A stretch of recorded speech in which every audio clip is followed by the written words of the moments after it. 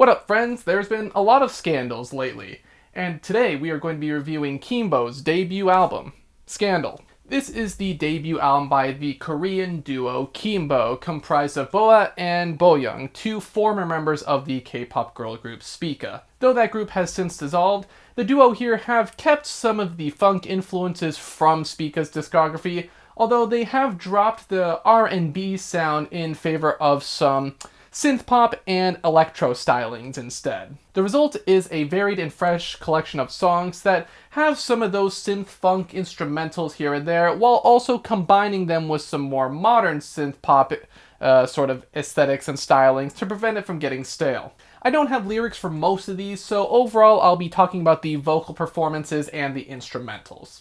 Now, it is a pretty interesting idea to start the album off with a ballad in the form of Thank You Anyway. However, this one is pretty lively and lush, which kind of, keeps things interesting and helps build up the mood for the rest of the record. The simple and elegant guitar and piano passages are a nice tone setter, and they really help build up to the culmination of vocals that occurs during the chorus.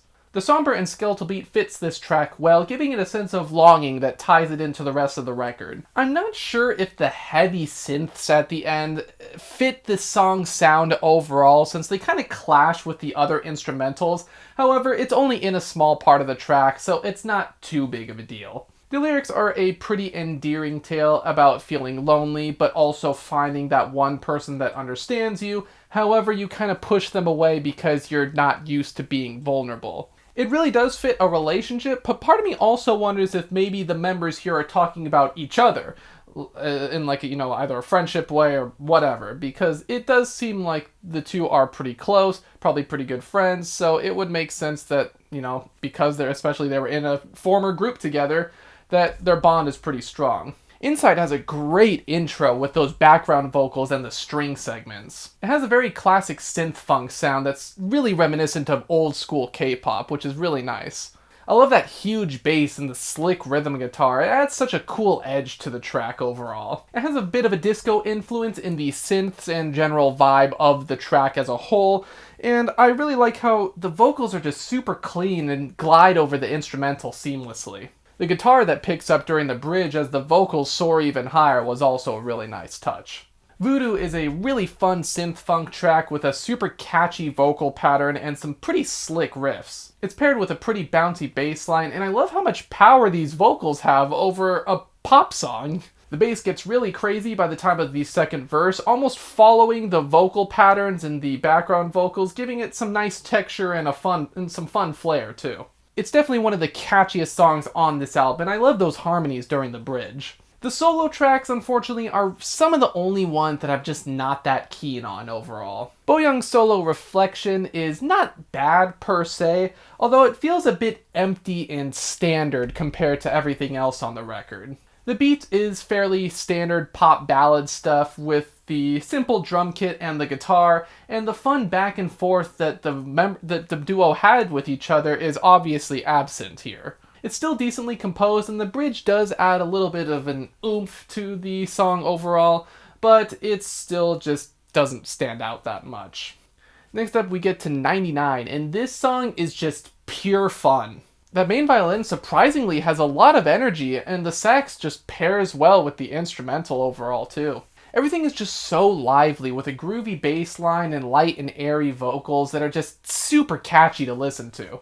That brass seriously just adds another level to this track, highlighting the members' fun flows and also Boa's attitude-driven rap verse. The lyrics are all about loving life and living for today, which match the song's attitude perfectly. I do, in fact, love this music. Love Me For Me is by far my favorite moment on the entire record. A rare moment of chill R&B, this one just has so much emotion and melancholy attached to it. Delicate and warm vocals, lush beats, guitars, and synths, you name it, this song has got it. And that chorus is just mesmerizing, and the bass has such a full sound to it that really pairs well with the sound effects and the chill guitar. And when that sax comes in during the final few choruses in the bridge, I am in love. This is a jazzy, lonely night out on the town on a stormy day, bro. This is incredible. I would argue it's almost too good. The "Could you love me for me" line is so poignant when it's placed over these instrumentals. Like, Keembo just killed it on this one. The disco vibes make a triumphant return with Scandalous. I guess this is the title track, in a way. Those background vocals are just soaring, especially when you compare them to the very grounded guitar riff going on here. Those strings just weave and flow throughout the track seamlessly, and I like how unconventional the chorus is on this song. It's an instrumental, but it's not a drop, and they replace the background vocals with a similar sounding synth before kind of combining them near the end. Boa also once again delivers a pretty passionate rap verse that fits the overall energy of the track nicely. Though it has those synth-funk and disco influences, I'm also getting some 2000s era pop vibes, which I am here for. The outro is super fun, and I love how confident the lyrics are, taking the Scandalous label in stride and encouraging everybody to be different and, more importantly, themselves. Like I said before, the solos are kind of underwhelming when compared to the rest of the songs on the album, and Boa's solo Break Me is no different. This one is a bit more grounded in its instrumentation, making it stand out more among the other songs on the record. However, it also is a bit disjointed in the track list because of this too. It's essentially an acoustic ballad until the last third of the song, letting the vocals shine. Both members are absolutely vocal powerhouses, which helps them carry tracks like this. It's just not as engaging as other songs on here, especially when we're comparing it to the more upbeat tracks. Nearing the end, we have a fucking sick alt-rock track that leads us out in the form of Scene. Fantastic piano and some excellent rhythm guitar keep the energy dark but high at the same time.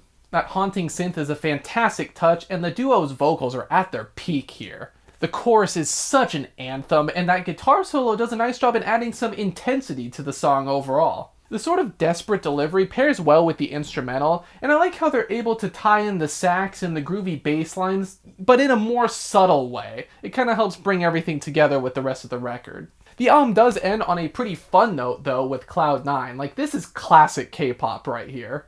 In fact, it almost kind of sounds like a long-lost Spica song. There's some weird sounds like dogs barking for some reason that adds to the manic energy of the song, and that synth and bass are just so synth-pop it hurts. It's definitely a fun track with some great energy to it, but it feels so weird hearing this after Scene. Cool drum rolls and high notes though. I feel like if this one was toned down a little bit and placed somewhere else in the record, I would like it a lot more. I feel like it would also fit in better overall. It just feels so weird going from a dark track like Scene to such an energetic and upbeat song like this one.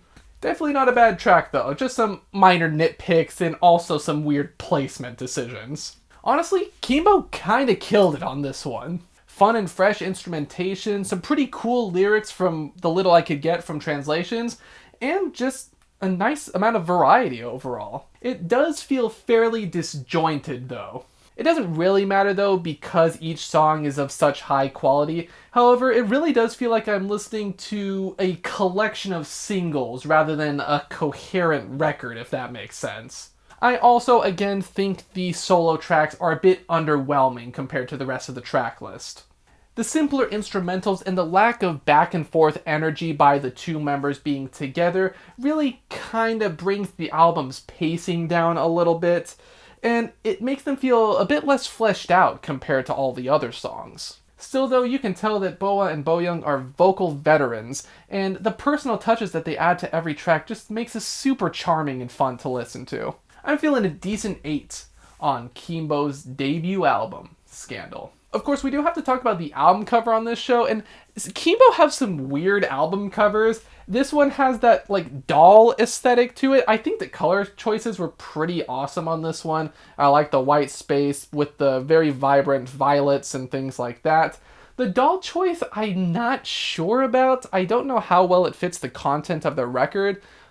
Although I guess the whole point of the record is just kind of do whatever, so the doll aesthetic fits the weirdness in that regard. But I might have chosen a bit of a more graphic approach as opposed to the whole doll aesthetic. But those were my thoughts on Keembo's debut project. Do you think Keembo are going to make it big? Even if they're not, are they making some high quality tracks? Because I think so. But let me know your thoughts. And until the next one, farewell.